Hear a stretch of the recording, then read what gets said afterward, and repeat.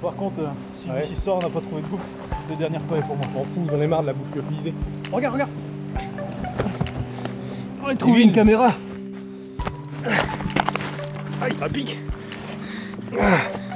Regarde ce que j'ai trouvé. Foutre de ça, ça Mais ne servira à rien. On peut s'en servir, je sais pas moi, pour montrer aux gens. Enfin, je sais pas, les aider quoi. Faire voir au monde. Tu veux leur montrer comment on chie dans les bois peut-être? Ouais, on va faire ça. Parce que tu vois, ça peut être intéressant. Parce que l'autre fois, c'était un peu la galère quand il y a le zombie qui nous a attaqué et qu'on était en train de poser une petite pêche. Non, tu posais. Oui, bah je pose une pêche pour ça quand même. Ouais. Bon, Allez. bon, on va s'en servir alors.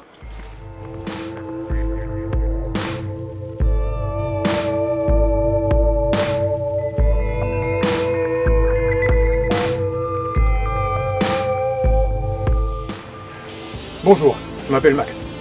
Avec mon frère, nous avons survécu à l'attaque bactériologique perpétrée par la société Antille. Et aujourd'hui, dans ce monde qui est devenu très apocalyptique et plein de zombies, et grâce à la caméra que nous avons trouvée, nous allons vous apprendre comment survivre dans ce territoire zombie. En espérant encore que quelqu'un puisse nous voir. C'est sûr. Moi, c'est Dany.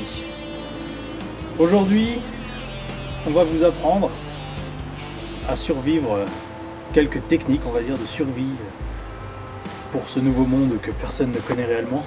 Nouveau monde de zombies. Un petit historique vite fait. On était militaire pour le gouvernement. Oui. Ensuite, on a, à la suite d'une mission, nos chemins se sont, disons, séparés. C'est un peu engueulé quoi. Ouais, c'est un peu ce que je viens de dire. Après aussi, Si tu veux. Et du coup, à la suite de ces chemins divergents, Divergent. merci beaucoup Maxime, nous avons eu des travaux différents dans nos vies. Exactement. On peut dire ça comme ça? Ouais, on peut dire ça comme ça. Je suis donc devenu responsable de la sécurité d'une société que tout le monde doit connaître aujourd'hui. La société Antille, J'allais Voilà. y venir. pour être plus exact. Du coup, nous allons être vos instructeurs. Pour vous apprendre à survivre dans ce territoire.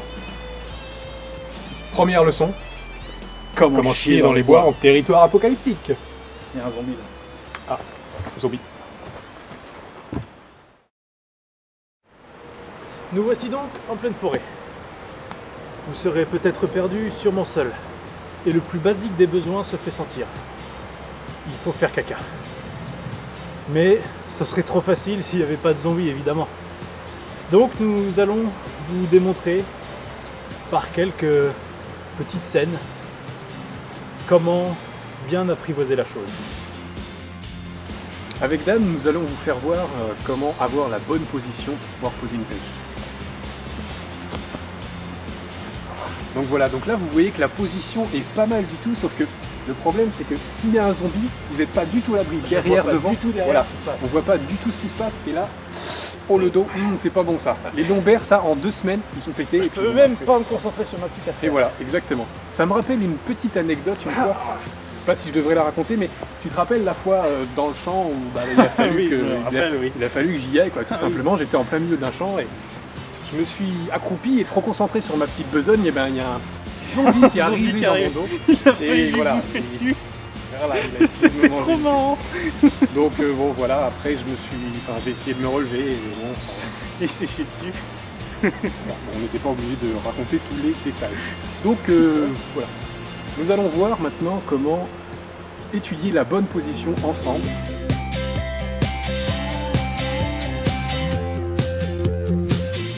Faisons un exercice simple. Imaginons que nous sommes en opération sur le terrain. Vous courez pour échapper aux balles qui sifflent de partout. Votre premier réflexe sera de vous mettre à couvert derrière un arbre. Et voilà. Et là, vous êtes en sécurité. Et nous avons trouvé ensemble la bonne position. Et là, vous pouvez regarder devant vous tout ce qui se passe. Et derrière, vous êtes à couvert. Et regardez-moi ce travail des cuisses, qui vous sera parfaitement utile de les entraîner, car il faut toujours courir quand il y a des zombies dans les parages. Maintenant que nous avons trouvé ensemble la bonne position, nous allons tout de suite passer à la démonstration. Dan, si tu veux bien enlever ton pantalon. Quoi? Pour la démonstration. Ah bon? Pourquoi c'est toujours moi qui bosse mon point? Donc voilà, une bonne position, on voit le dos bien droit, qui ne casse pas les lombaires, on peut tenir longtemps. Le travail des cuisses, et là vous êtes franchement tranquille, vous pouvez faire ce que vous avez à faire. Tu peux te relever. Oh là, oh là, oh là. L'erreur à ne pas commettre, oh là, c'est une erreur terrible. Il va falloir que je vous explique une règle très importante quand il s'agit de poser une pêche en forêt. Dis qu'il ne faut que je baisse mon froid. Oui, mais il y a une règle vraiment importante et nous allons la voir tout de suite.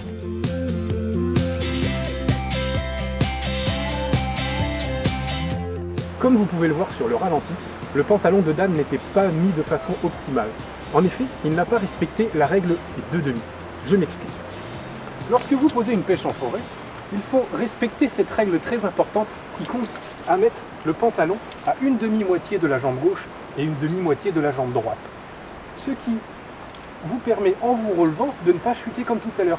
Très important, la règle des 2/2. Et là, vous pouvez tout de suite remettre votre pantalon et partir en courant. Vous voilà maintenant fin prêt à chier en plein territoire apocalyptique. Bien sûr, vous pouvez agrémenter ces petits exercices en creusant un petit trou au sol avant pour y déposer votre étron.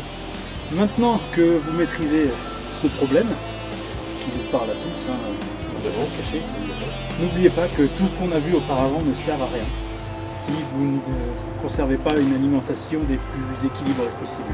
Très intéressant, effectivement. D'ailleurs, notre prochaine vidéo portera sur se nourrir en territoire apocalyptique.